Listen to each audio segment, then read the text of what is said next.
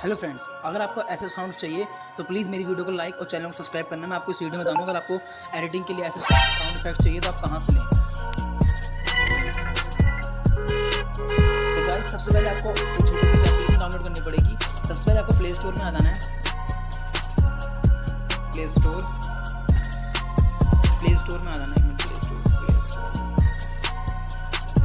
सबसे पहले अपना प्ले स्टोर ओपन करने के बाद आपको यहाँ पे टाइप करना है कॉमेडी साउंड इफेक्ट।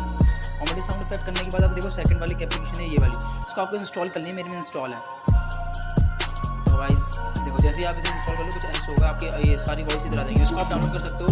कुछ ऐसा होगा, डिसमिस करके इसको ऐसे कर लोगे, एक ऐड आएगा। इस ऐड को देखकर आपको स्किप कर लो, आपके फाइल में ऑटोमेटिक वाला साउंड इफेक्ट पहुँच जाएगा। तो अगर वीडियो अच्छी लगे तो प्लीज़ चैनल